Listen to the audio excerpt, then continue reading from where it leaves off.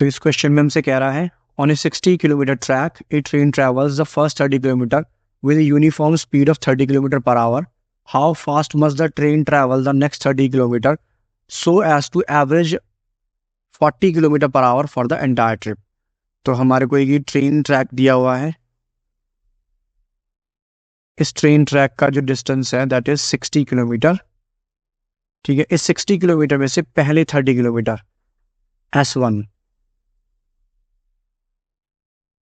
इसको train V1 velocity that is 30 kilometre per our से 30 kilometre per our से cover up करती है.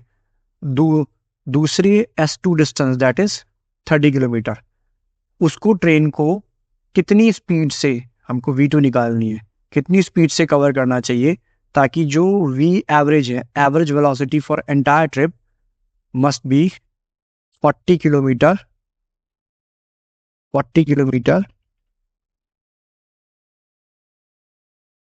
Per hour. ठीक है, ताकि V एवरेज जो है 40 किलोमीटर पर आवर हो जाए. ठीक है, तो हम यहाँ देख रहे हैं S1 is equal to S2 is equal to S. ठीक है, दोनों डिस्टेंस सेम है इसलिए हमने उसको सेम कर लिया, S से कर लिया. ठीक है, उसके बाद हमारे को पता है that V average is equal to total distance upon में टोटल टाइम. हम यहाँ क्या करते हैं कि जो टाइम है उस टाइम को हम ले लेते हैं time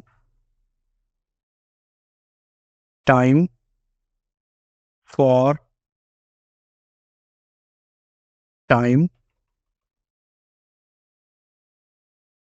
to cover S1 distance is equal to T1 and time to cover S2 distance is equal to T2. ठीक है, अच्छा जी. तो अब हमारे पास यहाँ पर V एवरेज को हम क्या लिख सकते हैं, V average is equal to total distance that is S1 plus S2 upon में total time T1 plus T2. अब टाइम को हम क्या लिख सकते हैं, time T is equal to distance upon velocity.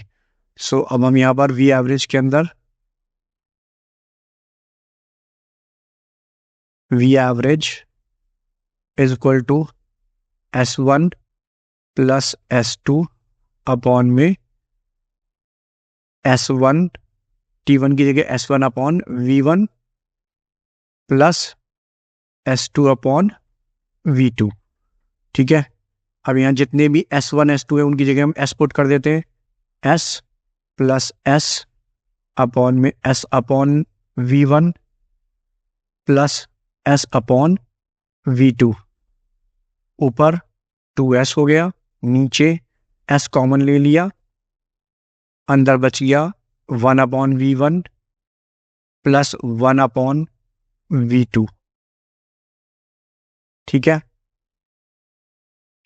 अब यहाँ पर हम इनको ऐड कर देते हैं V1 upon V1 plus 1 upon V2 को.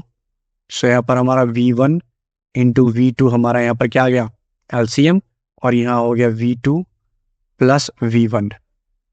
यहाँ पर S से S कैंसिल आउट हो गया, तो हमारा V एवरेज कितना आ गया, V average is equal to ये V1 इंटू V2 ऊपर चला जाएगा तो 2V1 V2 अपॉन में V1 प्लस V2.